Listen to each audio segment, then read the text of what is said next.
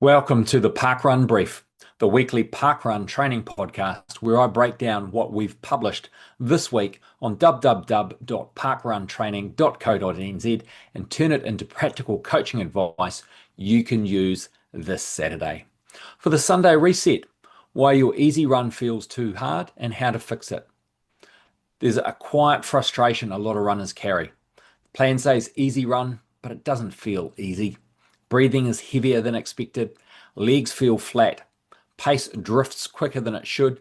Instead of finishing refreshed, you finish wondering why a simple run felt like work.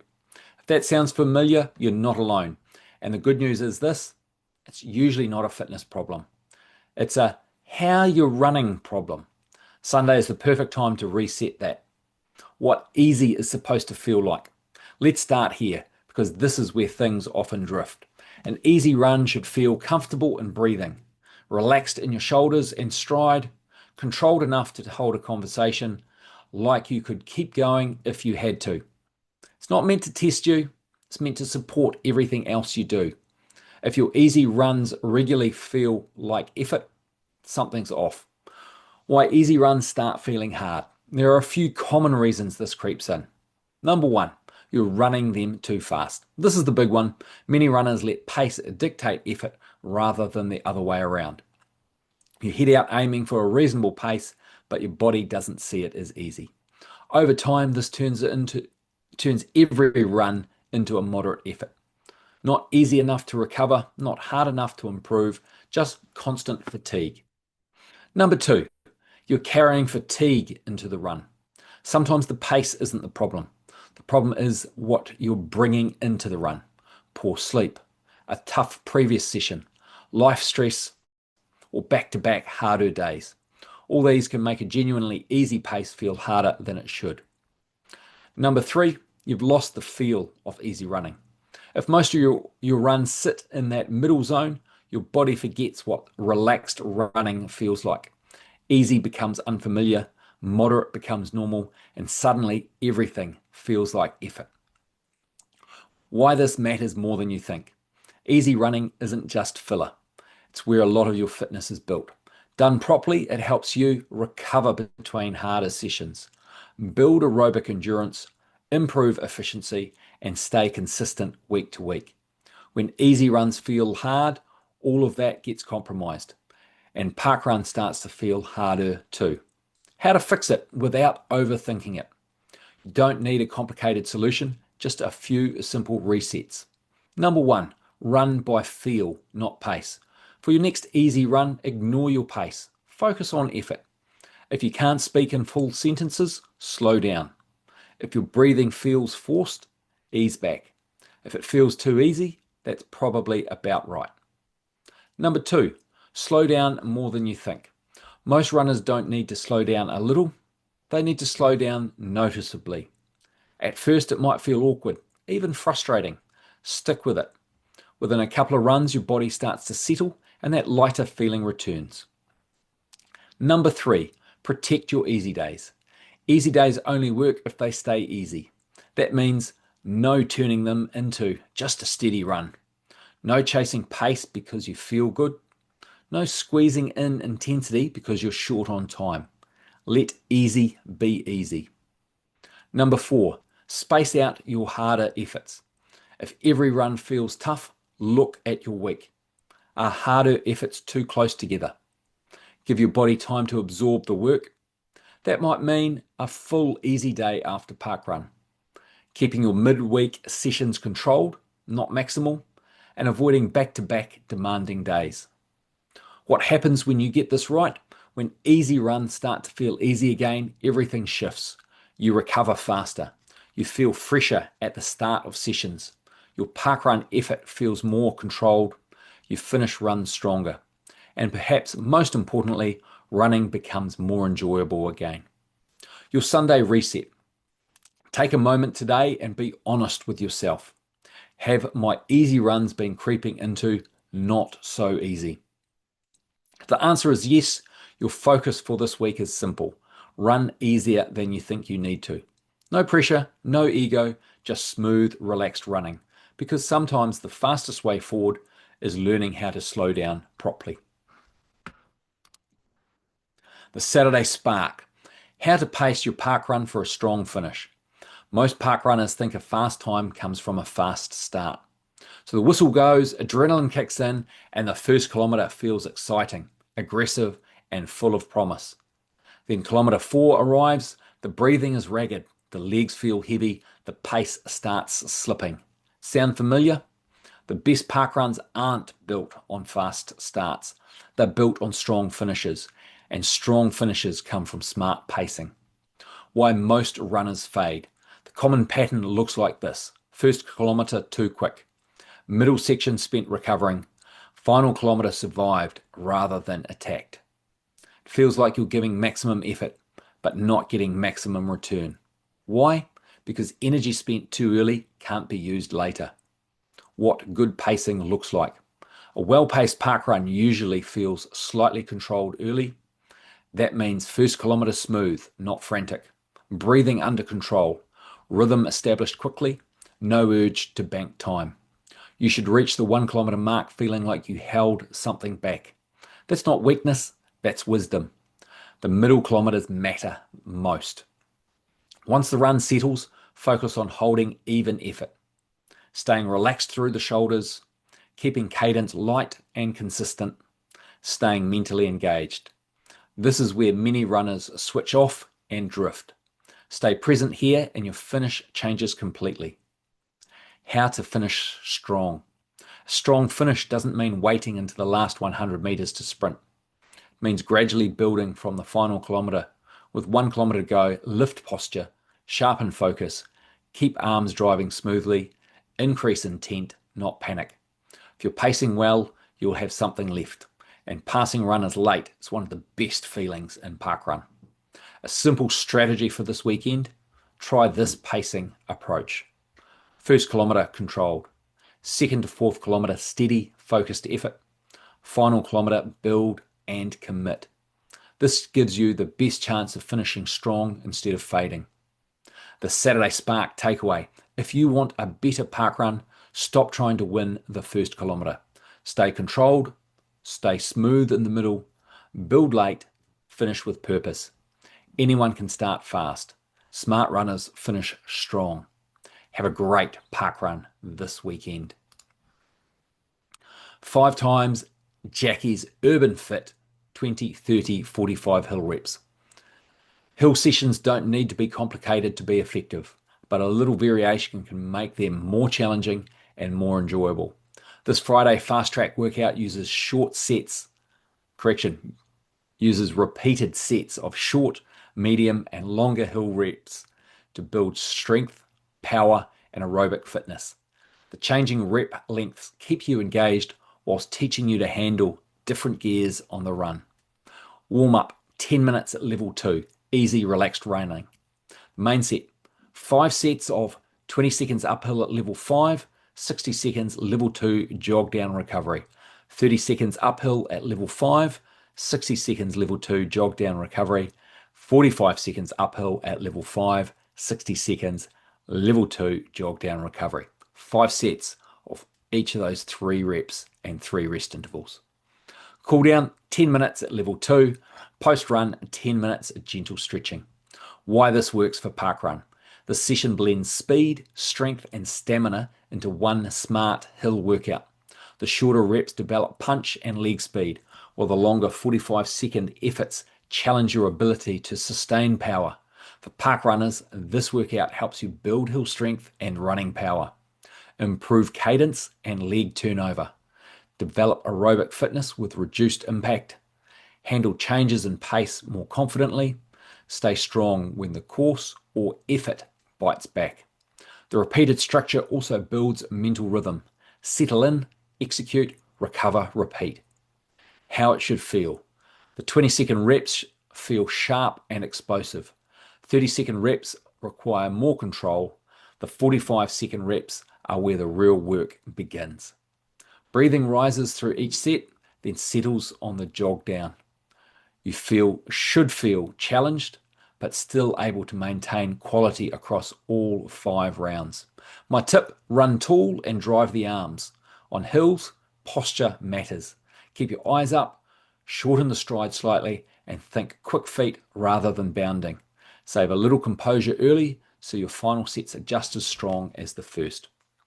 This workout was originally inspired by Jacqui's Urban Fit, where I first came across the 20, 30, 45 hill rep concept and recognized how effective it could be for building strength, speed, and resilience in runners. I previously wrote about this session in more detail on my main coaching website, where I explored how to use it within a broader training program. You can read that original article at the link within this article. Want to finish your next park run feeling stronger and more in control? Grab my free guide, Stronger for Parkrun, a quick routine to finish your 5K better. It's a simple, effective strength session you can add after any run, including today's Friday fast track workout. The link for this is down in the description. Why you're still not breaking 30, even though you're trying hard. If you're trying hard at parkrun, but still seeing 30 minutes and something seconds on the clock each week, it can be frustrating. You're showing up, you're putting in effort, you care about improving. So why isn't it happening? The honest answer is this. For many parkrunners, breaking 30 minutes isn't about trying harder. It's about doing the right things consistently, because effort alone doesn't always create progress. The trap many runners fall into. When results stall, most people respond the same way. They push harder.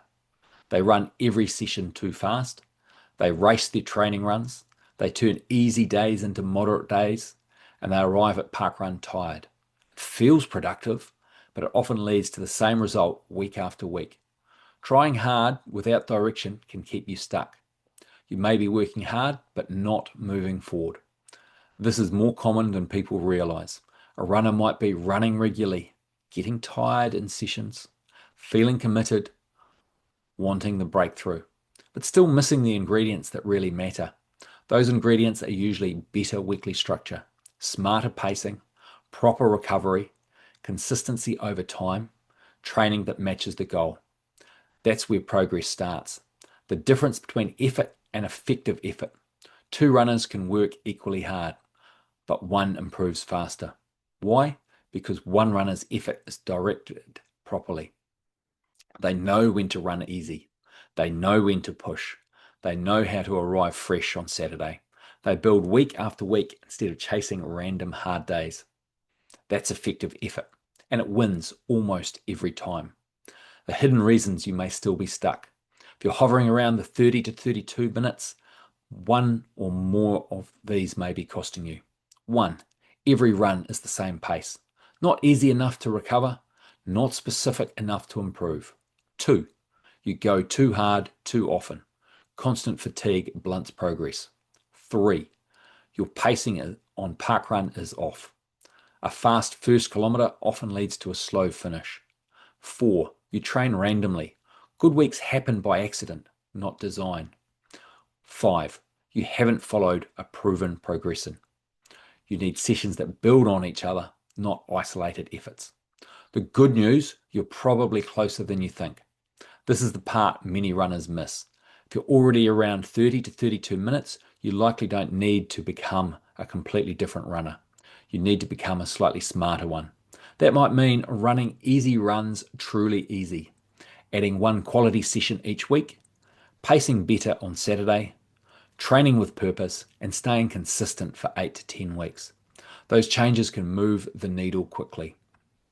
What breaking 30 usually looks like really happens because of one heroic run. Usually looks like a month of consistent training, better rhythm during the week, more control early in parkrun, stronger middle kilometres, and finishing with confidence. Then one Saturday, 29 minutes and a handful of seconds. If you're serious about breaking 30, you can keep guessing, or you can follow a clear plan designed specifically for runners in your position. Project 30, 10 weeks to your first sub-30 5K.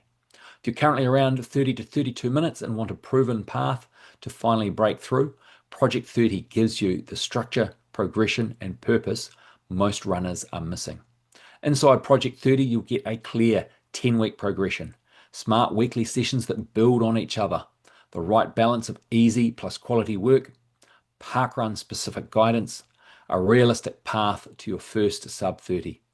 Start Project 30 with the link down in the description. Final thought, training hard is admirable, but trying smart is what gets results. And if you're still stuck above 30, this might be the moment to change how you approach it. Break the run into 5 1K segments. 5 kilometers, it's not a huge distance on paper, but when you're running hard at parkrun, it can sometimes feel a lot longer, especially if you start thinking about the whole run too early. That's where a simple mental shift can help. Don't race 5 kilometers, race the kilometer you are in. Why 5 kilometers can feel overwhelming? One of the reasons runners struggle mid-parkrun is mental overload. You're only halfway through, but already thinking about how far is left. You hit 2 kilometers and start worrying about the final climb. You reach 3 kilometers and think about how hard the last 2 kilometers will be. That kind of thinking drains energy. It pulls your focus away from what matters right now. Make the run smaller. Instead of thinking of parkrun as one long effort, break it into 5 separate jobs, 1 kilometer at a time. That immediately makes the challenge more manageable. You're no longer dealing with the 5 kilometers. You're just dealing with the section in front of you, and that's much easier to control. A smart way to use each kilometer. Here's one practical approach. First kilometer, settle in. Find rhythm, stay relaxed. Avoid going too hard too early. Second kilometer, lock in. Now the pace should feel smoother, hold your effort. Third kilometer, stay switched on. This is where many runners drift mentally. Stay engaged. Fourth kilometer, compete. The run usually gets real here. Focus and keep moving forward. Fifth kilometer, empty the tank. Whatever is left, use it. Why this works. Breaking the run into smaller segments helps in 3 big ways. Number 1, it reduces mental stress. You stop worrying about everything at once. Number 2, it improves focus. You're more present and more likely to make smart pacing decisions. And number 3, it creates momentum. Each completed kilometer feels like progress, and progress matters when your run gets tough. What it looks like in practice. Instead of saying, I've still got 3 kilometers to go, you think, just get through this kilometer well. That subtle change matters because runners perform better when they focus on manageable tasks rather than on distant discomfort. A great tool for tough days. This strategy is especially useful when conditions are hard. You're feeling flat, motivation is low. The course is challenging and you're chasing a total time. On those days, shrinking that task can be the difference between fading and fighting. Bring it back to Saturday. Next time you line up at parkrun, don't think about racing 5 kilometers. Think about winning the kilometer you're in. Then do it again and again and again, because 5 smart kilometers usually beat 1 emotional 5 kilometer. Next Saturday, try it for yourself. Stay present, stay focused, and race the section in front of you. Paced it perfectly. Liz Niell's Lower Hutt Park Progress Report. This week's Parkrun Progress Report looks at Liz Niell's Lower Hutt Parkrun from 11th April 2026, where she ran a 32:37 and, just as importantly, produced the sort of pacing many runners are chasing every Saturday. It wasn't flashy. There were no wild surges, no dramatic fade, no desperate final kilometre trying to rescue the run. Instead, it was something far more valuable: controlled, consistent execution from start to finish. That's often what leads to the best long-term progress. The run at a glance. Strava appears to have recorded the run slightly short at 4.75 kilometres, likely due to the privacy settings or GPS trimming, but the split data still tells us plenty. Splits were 1 kilometre, 6:28, second kilometre, 6:31, third kilometre, 6:29, fourth kilometre, 6:37, and the final 750 metres at 6:31 pace. That is impressively steady pacing. It's only a handful of seconds between the fastest and the slowest kilometre. Many runners lose more than that in the opening 500 metres. The smartest part of the run happening early. What I really like here is what didn't happen. Liz didn't charge the first kilometre, get caught up in other runners, try to bank time early. Instead, she settled immediately into an honest rhythm. That matters because the first kilometre often decides whether the final kilometre is strong or a struggle. Too many runners run the opening section on emotion rather than judgment. Liz ran this one with patience. The heart rate story. Heart rate climbed progressively through the run. 148 at 1 kilometre, 153 at 2 kilometre, 170 at 3 kilometre, 177 at 4 kilometre, 179 at the finish. That's exactly what we want to see. Suggests effort controlled early, gradual rise as the run develops, committed late when it matters most. Rather than redlining too soon, she built into the effort. That's smart racing. The middle kilometres, calm and composed. The second and third kilometres were almost identical.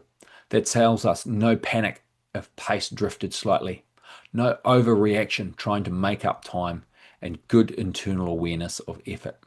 This is where many runners sabotage a PB attempt. They see one split slightly slower than hoped, surge emotionally, and pay for it later. Liz stayed composed. The fourth kilometre, a natural slowdown, not a collapse. The slowest split was the fourth kilometre in 6:37. It's still only marginally slower than the rest of the run. This is important. There's a big difference between a natural slowing under fatigue and full pacing collapse. This was the first one. The effort remained solid and she was still moving well. Cadence and rhythm. Cadence sat mostly in the 168 to 172 range with peaks in the mid to high 170s and even 180. That suggests stable mechanics, decent rhythm, no major late race breakdown. When cadence falls apart late, pace often goes with it. That didn't happen here. The Strava segment PRs matter. Liz also picked up multiple Strava personal records and strong placings on several course segments. That usually tells us one thing. Fitness is improving across the board, not just on one lucky day. Strong segment performances through the middle and later parts of the course support what the split data already shows. This was a well-run performance. Where the next gains are hiding. The biggest opportunity now likely comes from confidence in the final stages. Because this run was so controlled early, there may be room to lift slightly from the third kilometre onwards, attack the final kilometre more decisively, trust she can handle discomfort later in the run. That's where many sub-32 or sub-30 progressions begin. Not by running the first kilometre faster, but by racing the last 2 kilometres better. The lesson for every park runner. If you're trying to improve your parkrun time, this run offers a simple reminder. Consistency beats chaos. You don't need heroics in the first kilometre. You need patience early, rhythm through the middle, courage late. That's the formula. Want to improve your own parkrun pacing? If you'd like help pacing smarter, finishing stronger, and making real progress, Parkrun Kickstart is built for runners just like you. Join Parkrun Kickstart, the link down in the description. And if you'd like your own run analysed in a future Parkrun progress report, apply with the link in the description. Ka kite anō, and all the best for your next parkrun.